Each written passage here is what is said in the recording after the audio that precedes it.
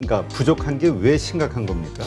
두 가지 측면에서인데요. 첫 번째는 이제 차량과 관련된 부분들이고, 두 번째는 이제 농사와 관련된 부분들인데, 주식 투자자들은 직접적인 수혜주가 많지 않다 하더라도 요소수에 대한 관점은 놓치지 말으셔야 된다. 그렇죠. 중요한 포인트는 많은 분들이 간과하고 있는 것 중에 하나가 테이퍼링 기간을 어떻게 끌고 가느냐. 그래서 그 다음에 이제 우리가 있는 다음번 금리 인상과 연계성을 한번 읽어보셔야 되지 않을까.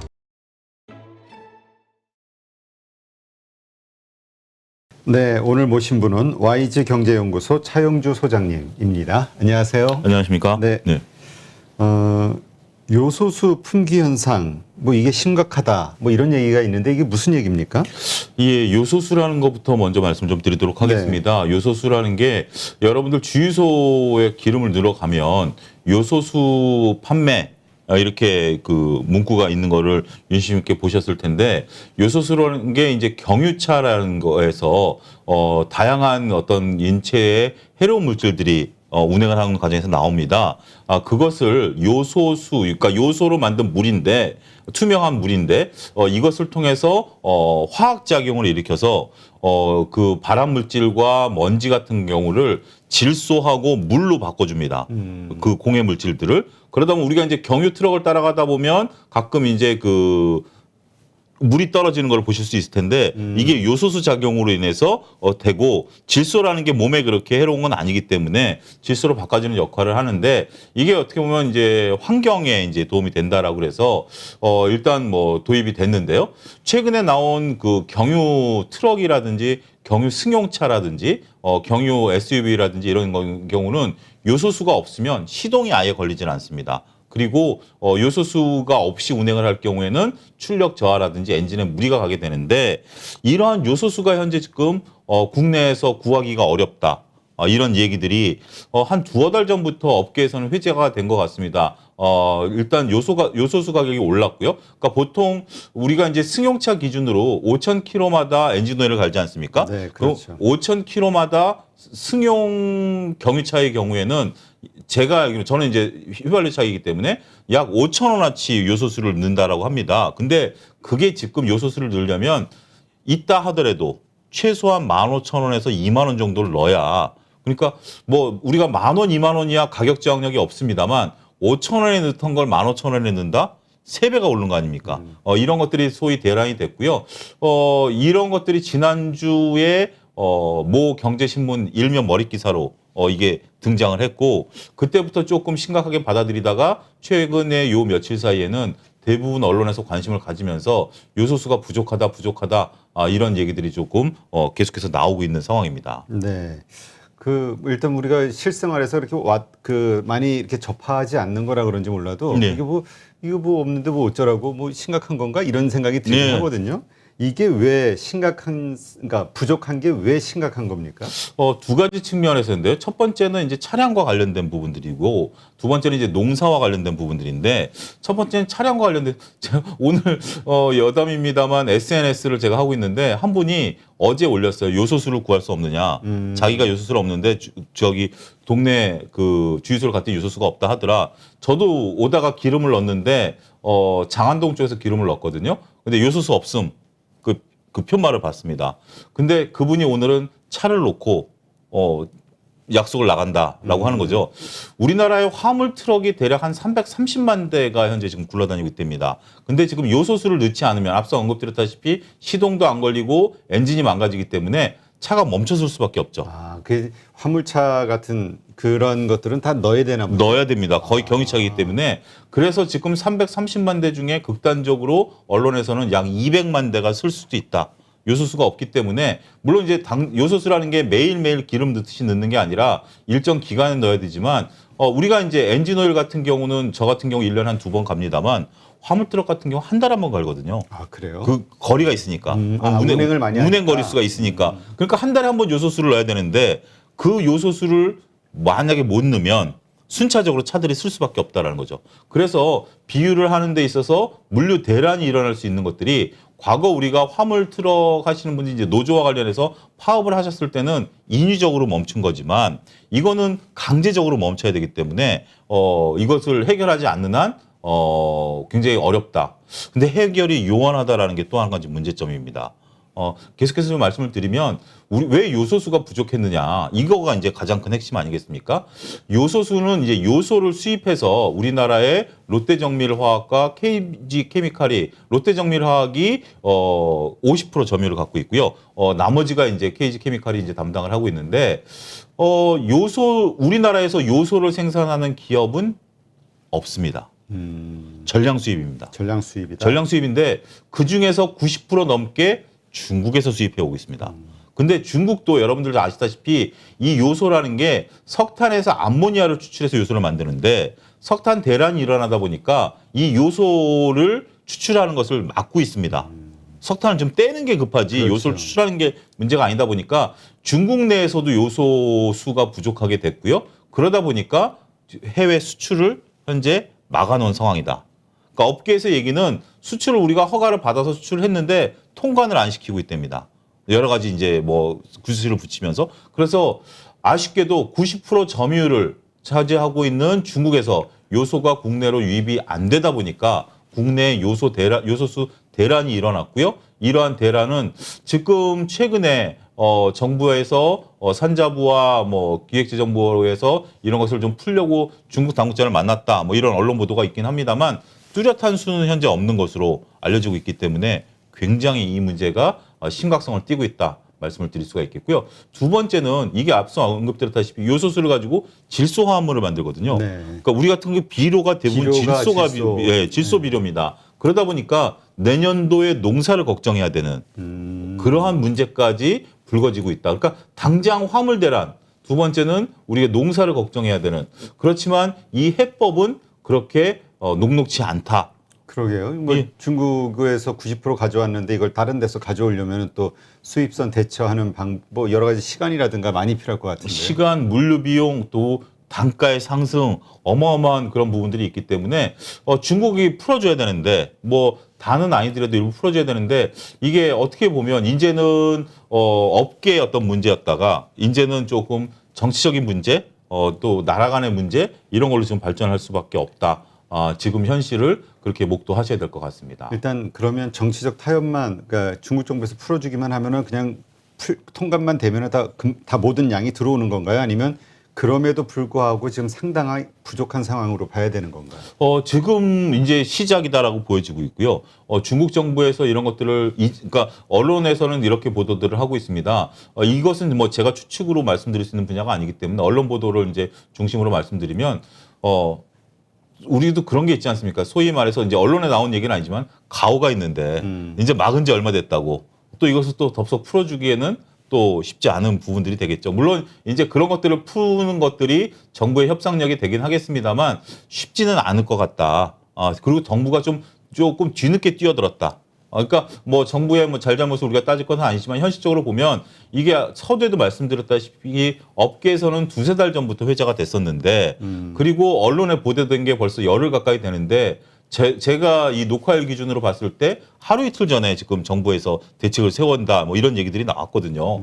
그렇기 때문에 정부가 이번에 대응은 조금 많이 미흡한 것이 아니겠는가 말씀을 좀 드릴 수가 있겠습니다. 그러니까 우리가 다시 그 지금 해외에서 계속 이야기되고 있는 그 물류 대란, 공급난 이런 것들의 시발점이 될 수도 있는 요인인 거잖아요. 화물차들이 서버리면. 그거보다도 더 어마무시한 정말 그런 부분이 되는 거죠. 화물차가 서버린다? 그러니까 우리가 아까 저도 예를 들어든 것처럼 SNS에 있는 뭐 개인 경유차가 서서 특히 유럽산 경유차는 100% 시동이 안 걸립니다. 그렇기 때문에 뭐 외제차 경유차 많이 굴리시는 분들 있죠. 이거 다 쓰는데 뭐 안 되면 뭐 정말 뭐 택시를 탄다라든 대중교통을 이용하면 되는 거지만 물류차가 쓴다. 그렇죠. 이건 뭐 생계화도 돼 있고 기업들의 물류인데 이거는 뭐 어떻게 좀 봐줘라, 우리만 좀 해줘라 할 수 있는 문제가 아니지 않습니까? 그런 부분들 때문에 이거가 만약에 지금 서서히 주유소들마다 요소수가 떨어져 가고 있다라고 하니 지금 온라인에서는 구할 수도 없고 이제 이런 통계도 있습니다. 최근에 그 온라인 포털 사이트 제가 포털 사이트 구체적으로 거론하지는 않겠습니다만 이게 요소수라는 검색어가 보름 사이에 약 3,000배가 늘었답니다. 그러니까 이제 요소수를 검색하시는 거죠 포털 사이트에서. 근데 요소수 등록은 약 50%가 줄었습니다.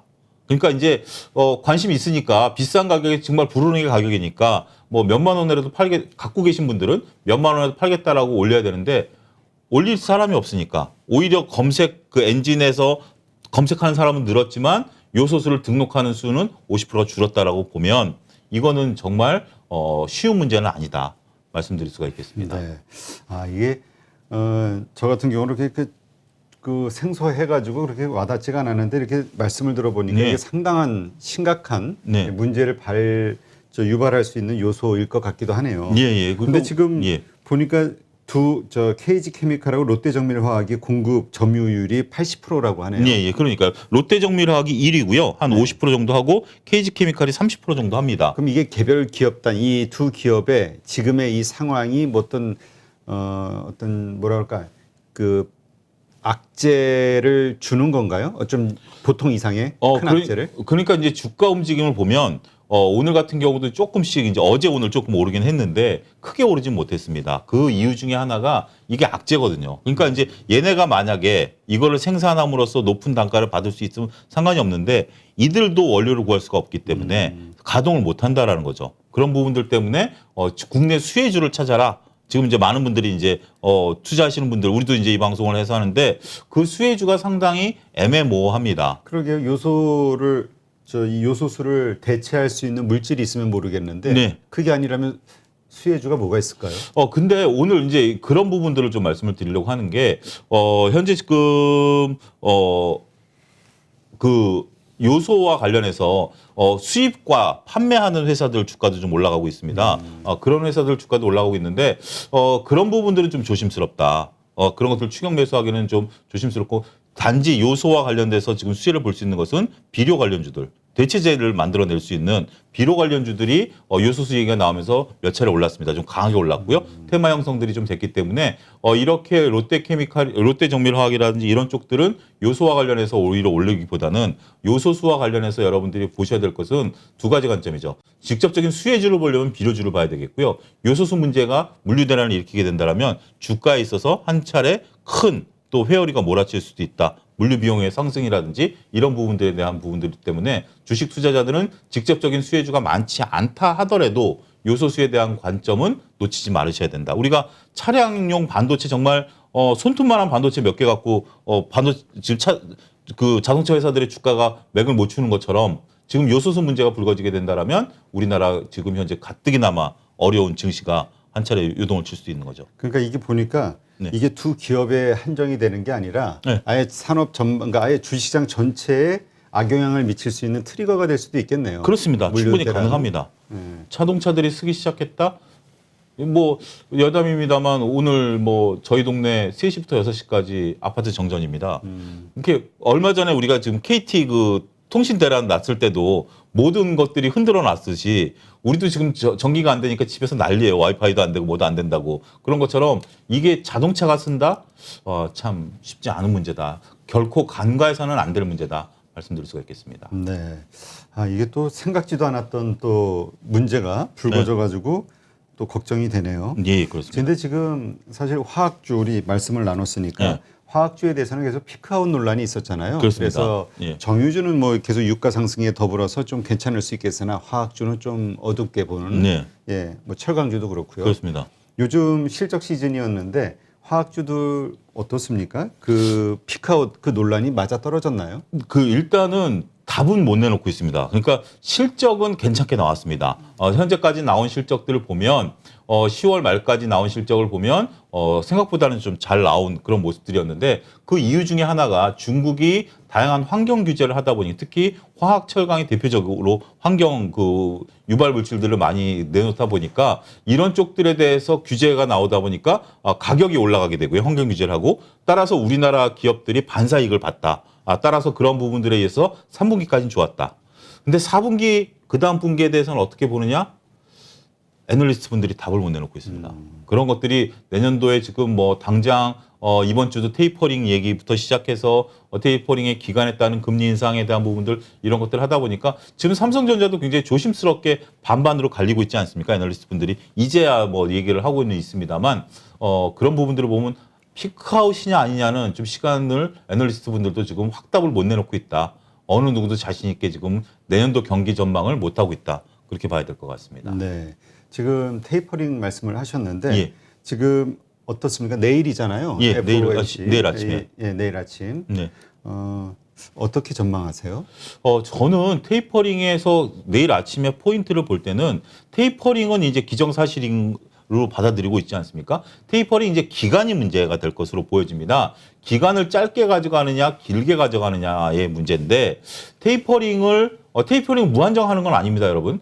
최소한 뭐 5개월에서 8개월 정도 안에서 테이퍼링이 끝나고 그거가 끝나면 이제 금리 인상이 될 겁니다. 금리 인상을 하기 때문에 테이퍼링을 빨리 끝낸다라고 한다면 금리 인상을 좀 더 빨리 땡기겠다라는 신호로 받아들이셔야 될 것이고요. 테이퍼링을 한 8개월 정도 한다? 그러면 11월부터 8개월이면 내년 7월 달 정도 되지 않습니까? 그러면 그 뒤 한 3개월 있다 금리 인상하면 지금 예상대로 내년 하반기가 되니까 그런 시나리오로 갈지 아니면 테이퍼링을 5개월로 끊어서 빨리 끝내서 내년 상반기에 끝내버리고 바로 내년 가을서부터 금리 인상을 하게 될지 이 시그널로 받아들이셔야 되거든요. 그래서 테이퍼링을 한다 안 한다 논쟁은 이제 별로 시장에서 중요하지는 않고요. 그렇죠. 중요한 포인트는 많은 분들이 간과하고 있는 것 중에 하나가 테이퍼링 기간을 어떻게 끌고 가느냐. 그래서 그 다음에 이제 우리가 있는 다음번 금리 인상과 연계성을 한번 읽어보셔야 되지 않을까 말씀드릴 수 있겠습니다. 네. 그냥 시장에서는 보통 그냥 시장 친화적으로 가지 않겠냐 하더라도 네. 그래서 좀 길게 가져가는 게 좀 그렇습니다. 유리하니까 예. 그렇게 예상들을 하는데 그냥 일반적으로 시장에서 생각하는 그런 결과가 나왔을 때 우리 시장은 뭐 충격 없이 그냥 갈 수 있을까요? 아니면 그래도 충격을 좀 받을까요? 일시적으로라도. 일단 시장은 나름대로 충격을 오늘 시장만 놓고 보면 저는 오늘 시장은 이제 두 가지 면에서 이제 뒤에 나올 IPO와 관련된 부분들도 오늘 시장에 충격을 줬고요. 두 번째는 이런 오늘 좀 분석들도 나오는 것 같습니다. 미국 시장이 지금 거듭 상승을 하지 않습니까? 그렇죠. 그런 이런 거듭 상승의 어떤 조금 조정의 빌미를 테이퍼링에서 찾을 가능성이 높고 그러다라면 우리가 매를 먼저 맞아야 되지 않겠느냐라고 오늘 또 보시는 시각을 갖고 계신 분들도 있으시더라고요. 근데 시장에서 알려진 악재는 뭐 악재가 아니다라고 하는 것처럼 테이퍼링과 금리 인상을 시장 참여자분들 중에 모르시는 분은 없기 때문에 특별하게 데미지를 줄 것 같지는 않습니다. 근데 문제는 말씀하셨다시피 테이퍼링 기간을 짧게 가져가주면 이건 시장에 충격을 줄 것 같습니다. 그래서 금리 인상 속도가 빨라지게 되고 서로 우리나라도 지금 금리 이번에 또 한 차례 더 한 올해 안에 할 것으로 알려지고 있는데 이렇게 지금 시장에 있어서 금리라든지 이런 속도가 문제는 속도 아니겠습니까? 그렇죠. 빨라지게 되면 그런 것들이 문제가 되는 거죠. 여러분들 잘 아셔야 될 게 연준이 이런 것들을 시장과 친화적으로 나서게 된 게 얼마 안 됩니다. 실질적으로 벤 버냉키 의장 이전에는 연준이 회의를 하고 기자회견을 한 적이 없습니다. 우리가 이제 지금은 이제 연준이 회의를 하면 당연히 기자회견을 하고 기자회견을 하면서 연준 위원들의 어떤 점도표라든지 이런 거 발표하는 걸 당연시하지만 불과 얼마 안 돼요. 그 전만 하더라도 연준은 깜짝 쇼를 많이 했습니다. 그러다 보니까 시장에 충격을 주다 보니 시장에 친화적으로 좀 가야 되겠다라고 해서 버냉키부터 좀 바꿔온 거고 지금 이제 연준 의장은 매번 하는 걸로 바꿨는데 글쎄요. 뭐 어찌됐든 충격은 주되 그렇게 큰 충격 이미 금리 인상까지 예고가 됐기 때문에 단기적으로 오히려 충격을 준다라면 뭐 지난번에 말씀드린 뭐 배당주라든지 우량주는 오히려 매수할 수 있는 기회가 될 수도 있다. 저는 그렇게 보고 싶습니다. 아니요, 그 말씀하셨듯이 미국은 뭐 이제 바로 하루 전인데도 예. 어제도 상승했잖아요. 그렇습니다. 그러니까 오늘도. 예. 그러니까 이게 미국 시장을 보면은 그렇게 크게 의미 있게 받아들이는 것 같지 않고 네, 그렇습니다. 시장 계속 상승하는데 왜 우리는 이렇게 흔들릴까? 그게 이제 그 선진국과 신흥국의 차이인 것 같습니다. 결국 선진국은 미국이 주도하는 테이퍼링이고 미국이 주도하는 금리 인상이기 때문에 결국은 미국으로 자금이 다시 환원되는 거니까 미국은 큰 영향이 없다 하더라도 ATM기라고 불리는 우리나라에서는 돈이 빠져나갈 가능성이 이제 우려시 되는 거죠. 그렇기 때문에 지금 뭐 오늘 같은 경우 이제 외국인들이 그동안 선물 사다가 선물 팔면서 현물 팔고 뒤통수를 때렸다라는 표현이 적절할 텐데 그런 부분들 보면 커플링이 일어나기에는 쉽지 않을 것 같습니다. 네. 예. 얼마 전에 루머가 좀 떠돌았었죠. 예. 우리도 MSCI 선진국 지수에 편입을 해야 된다. 뭐 그런 예. 작업을 한다. 무슨 예. 장관이 뭐 그랬다고. 예. 예. 근데 현실적으로 그건 어려운 거죠. 지금 뭐 여당의 대선 주자분도 그걸 공약으로 좀 내세우겠다라고 하시는 것 같은데 현실적으로는 지금 아직은 좀 요원한 것 같습니다. 쉽지 않고요. 그리고 그게 장단점이 있어요. 무조건 MSCI 지수로 들어가게 되면 MSCI 선진국 지수에 추종하는 패시브 자금이 어마어마하기 때문에 그런 부분들이 국내에 들어올 가능성은 충분히 있죠. 하지만 그렇게 되면 뭐 공매도부터 완전히 인정을 해야 되고요. 그렇죠. 공매도뿐만이 아니라 기업의 투명성이라든지 지배구조 개편이라든지 아니면 뭐 그 주주들이 최대 주주한테 어떤 그러니까 권리를 행사한다라든지 이런 것들이 선진화법으로 바뀌게 되면 저는 국내 기업들이 싫어할 것 같은데요. 근데 그럼 빨리 됐으면 좋겠어요. 그러면 함부로 이렇게 이번처럼 뭐 LG나 SK나 한화나 이런 데처럼 물적 분할 함부로 못 하잖아요. 못하죠. 그때 이제 소송 어마어마하게 걸릴 건데. 그러니까요. 그런 부분들을 보면 아니 근데 예. 저희 이거 관련해 아주 미국 변호사하고 한번 방송을 했었는데 그 미국 속지법이라는 게 있어가지고 예. 무슨 뭐 법 있잖아요. 그 현지에 현지주의. 예. 현지의 해당 기업의 그 주주가 있거나 아니면 예. 해당 기업의 사업장이 있거나 예. 뭐 판매를 하거나 예. 제품을 이러면은 다 그 법으로 미국 법으로 다 된다고 하더라고요. 그래가지고 그냥 이론적으로는 미국에 거주하는 예. 사람이 이 주식을 가지고 있는데 이러한 일이 벌어졌다 미국 법정에다 소송 걸 수 있다고 이론적으로는. 그래서 지난번에 뭐 대한항공 땅콩 회항 사건 같은 경우도 미국 법원에 뭐 소송을 하네 안 하네 그렇죠. 했던 이유가 그런 어떤 쉽지 않은 것 같습니다. 네. 네. 말로만 ESG 하지 말고 좀 이런 면에서 네. 좀 해야 되는데 이러니까 자꾸 한국 시장을 떠나려고 하는 기업 하시는 분들도 좀 많이 좀 생각을 하셔야 될 것 같고 그렇습니다. 예. 또 우리도 어떻게 안정적으로 투자를 개인 투자자들이 할 수 있게 제도적인 장치를 할 수 있을지 이것도 정부에서 많이 고민을 해야 되지 않을까 예. 네, 이런 생각이 드네요. 네.